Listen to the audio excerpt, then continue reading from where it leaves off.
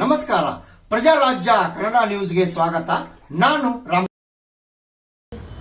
ಪ್ರಜ್ವಲ್ ರೇವಣ್ಣ ಅವರು ಜೂನ್ 4ನೇ ತಾರೀಕುವರೆಗೂ ಕಾಂಗ್ರೆಸ್ ಮತ್ತು ಜೆಡಿಎಸ್ನ ಒಕ್ಕೂಟ ಏನಿತ್ತು ಅದರ MP ಆಗಿರ್ತಾರೆ. ಜೂನ್ 4ರಂದು ಚುನಾವಣಾ ಫಲಿತಾಂಶ ಬಂದಾಗ ಅವರು 2024ರ ಈ ಚುನಾವಣೆಯಲ್ಲೂ ಗೆಲುವನ್ನು ಸಾಧಿಸಿದರೆ ಆಗಷ್ಟೇ ಅವರು NDA MP ಆಗಿರ್ತಾರೆ. ಅಲ್ಲಿವರೆಗೂ ಅವರು ಕಾಂಗ್ರೆಸ್ JDS MP ಆಗಿರ್ತಾರೆ. ಒಂದು ನಿಮಿಷ ಸರ್, ನಾನು ಮುಗಿಸ್ತೀನಿ, ಆಮೇಲೆ ನೀವು ಮಾತಾಡಿ. ಎರಡನೇ ವಿಷಯ, ಅವರು JDS ಪಕ್ಷದ ನಾಯಕರು ಮತ್ತು JDS ಪಕ್ಷದ MP. ಅವ್ರ ಮೇಲೆ ಕ್ರಮ ತೆಗೆದುಕೋಬೇಕಾಗಿದ್ದ ಹಕ್ಕು ಮತ್ತು ಅಧಿಕಾರ ಇದ್ದಿದ್ದು JDS ಪಕ್ಷಕ್ಕೆ. ಅವರು ನಿನ್ನೆ ಅವರನ್ನು ಅಮಾನತು ಮಾಡಿದ್ದಾರೆ 6 ವರ್ಷಗಳಿಗೆ. ಇದು ಅವರು ತಗೊಂಡಿರುವಂತಹ ನಿರ್ಧಾರ. ಮೂರನೇದು, ಈ ಏನು ಹರಿದಾಡ್ತಾ ಇದೆ ಈ ವಿಡಿಯೋಗಳು, ಇವುಗಳಲ್ಲಿ ಸತ್ಯಾಸತ್ಯತೆ ಎಷ್ಟಿದೆ, ಯಾರಿಂದ ಏನು ತಪ್ಪು ಎಸಗಲಾಗಿದೆ ಮತ್ತು ಯಾವ ರೀತಿ ಅಪರಾಧಗಳು ನಡೆದಿರಬಹುದು, ಇವೆಲ್ಲವನ್ನು ತನಿಖೆ ಮಾಡೋಕ್ಕೆ ರಾಜ್ಯ ಸರ್ಕಾರ SITಯನ್ನು ರಚನೆ ಮಾಡಿದೆ.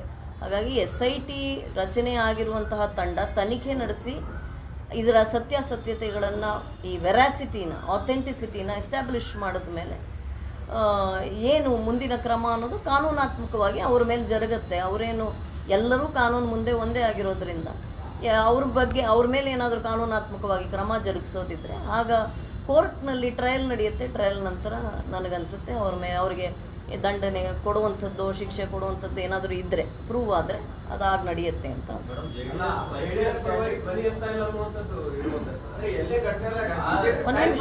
ಒಂದು ನಿಮಿಷ ಒಂದೇ. ನೇಹಾ ಕೇಸು ಇದು ಒಂದು ಅಂತ ನನಗನ್ಸೋದಿಲ್ಲ. ನೇಹಾ ಅವರ ಕೊಲೆ ಆಗಿದೆ ಅತ್ಯಂತ ಬರ್ಬರ ರೀತಿಯಲ್ಲಿ, ಕಾಲೇಜು ಆವರಣದಲ್ಲಿ ನಡೆದಿದೆ ಆ ಕೊಲೆ. ಮತ್ತು ಕಾಂಗ್ರೆಸ್ ಸರ್ಕಾರ ಈ ಹಿಂದೆ ಮೃದು ಧೋರಣೆಯನ್ನ ತೋರಿದ್ರಿಂದ, ಒಂದು ಸಮುದಾಯದ ಪ್ರತಿ ಮೃದು ಧೋರಣೆಯನ್ನು ವಹಿಸಿದ್ರಿಂದ ಬಾಂಬ್ ಸ್ಫೋಟವಾದಾಗಲೇ ಇದು ಬರೀ ವ್ಯಾಜ್ಯ, ಉದ್ಯಮಿಗಳ ವ್ಯಾಜ್ಯ ಅಂತ ಹೇಳಿದ್ರು ಮುಖ್ಯಮಂತ್ರಿಗಳು. ಯಾವ ರೀತಿಯ ಒಂದು ಕಠಿಣ ಕ್ರಮವನ್ನು ತೆಗೆದುಕೊಳ್ಳೋದಿಲ್ಲ ಅನ್ನುವಂತಹ ವಾತಾವರಣವನ್ನು ಒಂದು ಸಮುದಾಯದ ಪ್ರತಿ ಮೃದು ಧೋರಣೆಯನ್ನು ರಾಜಮಾಡ ಮಾಡಿದೆ. ವಿಧಾನಸೌಧದಲ್ಲೇ ಪಾಕಿಸ್ತಾನ್ ಜಿಂದಾಬಾದ್ ಕೂಗಿದ್ರು, ಅವ್ರಿಗೇನು ಅದರಿಂದ ಯಾವುದೇ ಬೇಜಾರಿಲ್ಲ, ಅವ್ರು ಅದನ್ನ ಖಂಡಿಸೋದು ಇಲ್ಲ. ಒಂದ್ ನಿಮಿಷ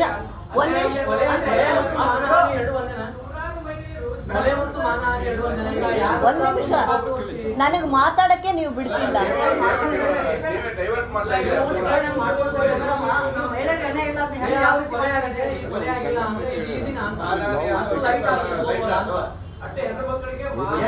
ಆಯ್ತಾ, ಮಾತಾಡ. ನೀವು ಮೈತ್ರಿ ಕ್ಯಾಂಡಿಡೇಟ್ ಆಗಿ ಅವ್ರನ್ನ ನಿಲ್ಸ್ಕೊಂಡು 24ವರೆಗೂ ಅವರು